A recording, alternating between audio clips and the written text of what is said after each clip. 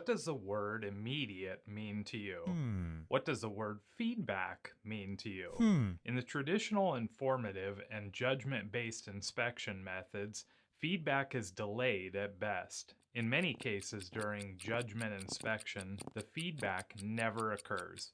Not only does this make it difficult for errors to be prevented, it also makes it difficult to correctly identify problems.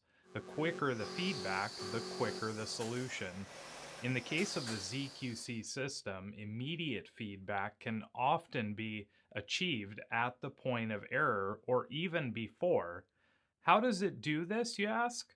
The ZQC system uses different methods or systems that signal the users when a mistake or error occurs. This provides them with immediate feedback. In many cases, the signal can occur before the item is actually processed. In our example of a website form, the information cannot be submitted unless all required items are complete. This immediate feedback occurs before a defect can. Another example might be an electrical plug with 3 prongs.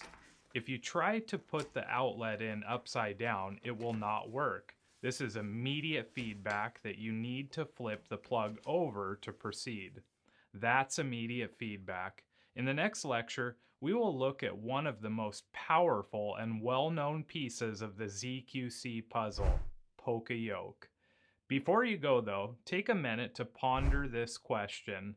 What errors or mistakes have I witnessed that, if found quicker, could prevent a defect? Feel free to share your thoughts, and we'll see you in the next lecture.